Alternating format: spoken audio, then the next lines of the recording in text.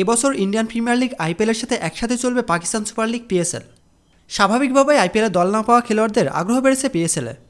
এবারের PSL players ড্রাফটে বিশ্ব ক্রিকেটের বড় কয়েকটি নামের সঙ্গে বাংলাদেশের খেলোয়াড়রা আছেন 8 জন। তাদের শীর্ষ ক্যাটাগরি প্লাটিনাম ও ডায়মন্ডে রাখা হয়েছে।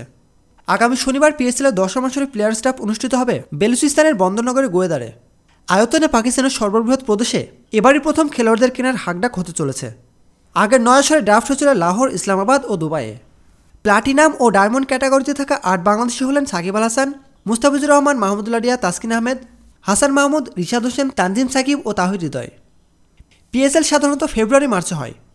আইপিএল চলে মার্চের শেষ সপ্তাহ থেকে মে মাসের প্রথম সপ্তাহ পর্যন্ত। কিন্তু এবছর চ্যাম্পিয়ন্স ট্রফি ফেব্রুয়ারি-মার্চে হওয়ায় ওই সময় পিএসএলের 10ম আসর আয়োজন করতে পারবে না পিসিবি।